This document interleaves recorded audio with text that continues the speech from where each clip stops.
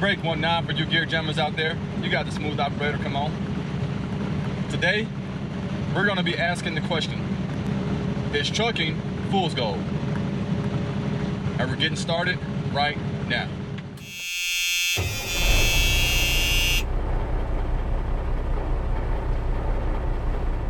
Is trucking fool's gold? It can be, but it can also be a gold mine. So keep watching to the end, and I will explain to you how it can be fool's gold and how it can also be a gold mine. All right, so let's take a look at the trucking industry. Most people, when they come into trucking, they find themselves increasing their yearly income significantly. Let's say, before trucking, most people, let's say, average $40,000. That's the average. That's not to say everyone, but the average. First year truck drivers, on average, make somewhere between $55,000 and $60,000. Now, if you went from making $30,000 or $45,000 to all of a sudden making $55,000 or $60,000, to you that is a lot of money. But that's where fool's gold comes in at. Because honestly, $50,000, $55,000, $60,000 is not a lot of money. The average income today in America is right around between $60,000 and $65,000, and that's for the middle class. You're looking at being in the middle class there, okay? So if you went from making $30,000 or $45,000 to now you're making $55,000 or $60,000, you have not even scratched the surface yet of making what the average American makes. So keep that in mind. A lot of people, when they start making that much money, to them, it's a lot of money. So what do? They go out, buy a new car, get a new house, get a new wife, get 2 girlfriends, get 2 boyfriends, whatever the case might be. They increase their expenses because they have increased income. And a lot of times, those people, they haven't learned how to manage their money properly. When they were making $30,000 or $45,000 a year, they were in a lot of debt, not managing their money properly, no money saved up. And they turned to trucking because they saw where they can make more money. The problem is, if you can't learn how to manage $30,000 or $45,000, it's going to be even harder for you to learn how to manage $60,000. I'm not saying you should not try to better yourself and increase your revenue, because you should. But as you increase your income, you should also increase your knowledge about money. And you should also increase learning how to manage it better. Because otherwise it doesn't do you any good. Is it better to be that guy who makes $100,000 a year but has $90,000 of expenses? Or is it better to be that guy who only makes $50,000 a year but only has $10,000 of expenses? You do the math. So for you new drivers out there, or rookie drivers, or if you're thinking about coming into trucking, trucking is a great career to come into. It's not for everybody. It's not for everybody. But if you make the best out of it and stick with it, you can actually make some really good money in trucking. And as long as you keep your CDL clean, you'll always have a job. If you are a new truck driver coming into the industry, learn how to save your money. Know what your bottom line is. Know what your worth is. Increase your importance and your qualifications so that you can make more money. Do not increase your expenses. Now, I'm no financial expert, but I can only tell you about how I manage my money. No more than 70% of my money, my income, goes towards living expenses. So for example, if you make $100,000 a year, no more than $70,000 should go towards your living expenses. And that's max.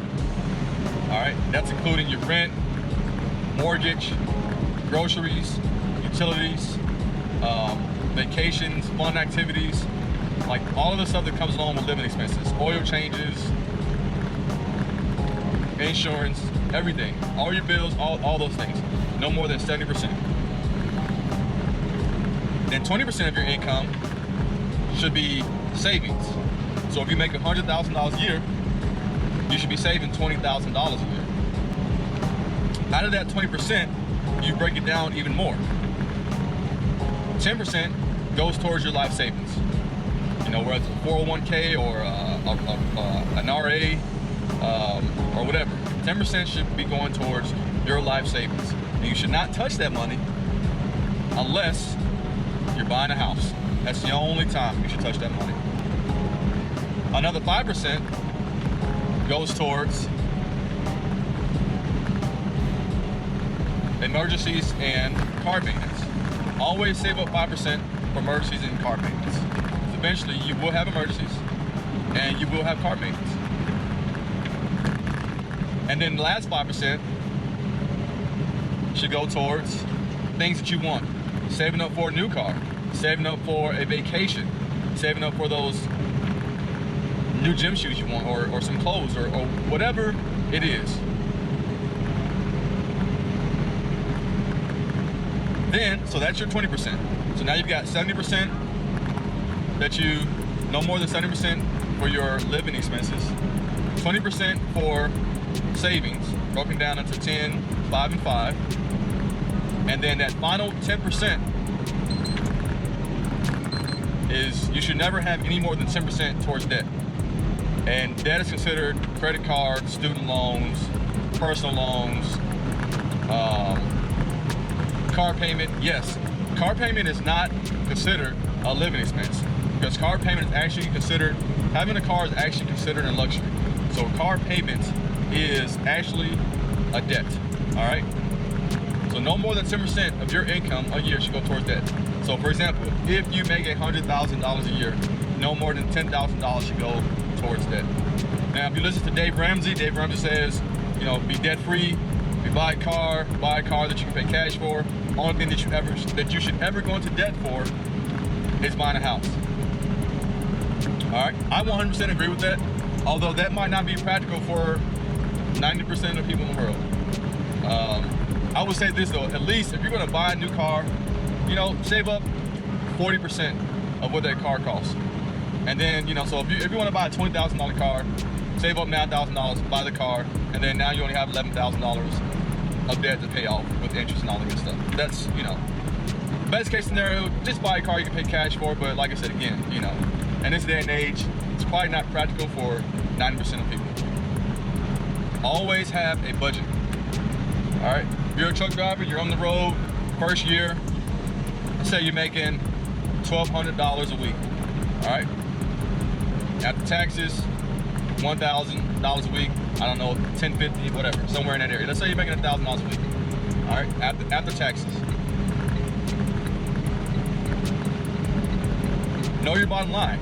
How much money are you spending a week on food while you're on the road? You know, that's one of the ways you can cut expenses. Maybe do more grocery shopping. I'm not saying you can't treat yourself to eating out sometimes, but if you do that every day, there's guys who spend $200-300 a week on food while they're out on the road. And if you're only making $1,000 a week after taxes, now you've cut into your profit. Now you're only making $700-800 a week. And at that point, is it even worth for you being on the road? I know some guys, I've met some guys who actually decided to go back local because they said they were spending too much money on food on the road. And when I talked to them and asked how much they were spending, that's about how much they were spending, about $200-300 a week on food on the road. That's ridiculous. So if you're making $1,000 a week,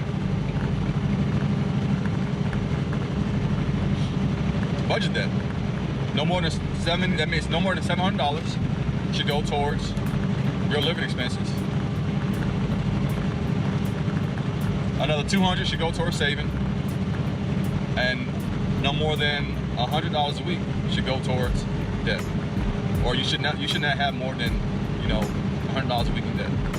And again, that's your car payment, student loans, credit cards, personal loans, things of that nature. Okay. And if you keep that mindset Or if you budget like that,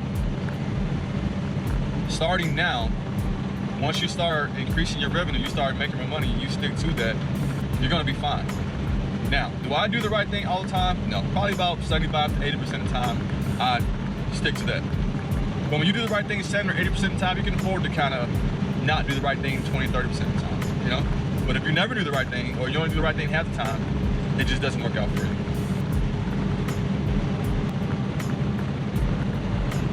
So what happens a lot of times is guys will go into debt or even more debt when they become truck drivers because they're making more money, and they feel like they're making a lot of money because, one, you've increased how much money you make a year. You know, you went from making $30,000 or $40,000 to making $55,000 or $60,000, and you think it's a lot, but when you really look at it, it's really not a lot. So you increase your expenses, all right? And then also what happens is, because truck driving is such a high demanding job, you spend a lot of time on the road, a lot of hours behind the wheel. Because you're working really hard, it makes you feel like, you know, it makes you feel like you've earned it. They earned the right to spend money and to buy whatever it is you want. But the truth is, you haven't earned it yet, all right? Now, if you were somewhere where you're only working 10 hours a week and you were making $60,000, you know, you wouldn't feel like you were working that hard, so you wouldn't be as apt to spend so much money right away. But because you feel like, oh, I work hard for my money, I deserve. Stop using that excuse. I hear too many people use that excuse as, I deserve this, I deserve that. It doesn't matter what you deserve, it's about what you can afford. If you can't afford it, really you don't deserve it. That's the bottom line. Don't use that excuse, I deserve. Oh, I've worked hard, I deserve. No, you don't deserve. Can you afford it? Is the question. And if you can afford it, then you deserve it. So don't be the guy who comes into trucking and think because you're making $50,000 or $60,000 a year that you are making a lot of money, because you're not. That's not a lot of money. Now, once you start talking about $70,000, $75,000 a year, you know, then you're kind of scratching the surface and kind of, you know, like, all right, cool. You know, maybe you're at that point, you're making more than the average American. So then you can kind of say, all right, I'm making money. But $50,000, $60,000 a year is not a lot of money. It's just not. I mean, yeah, it might be a lot of money compared to what you were used to, but it's still not a lot of money. So learn how to manage your money, and it's going to help you in the long run. So if you liked the video, go ahead and hit that like button, consider subscribing, and leave a comment below. Thank you for watching, and always remember, stay safe and stay smooth, my friends.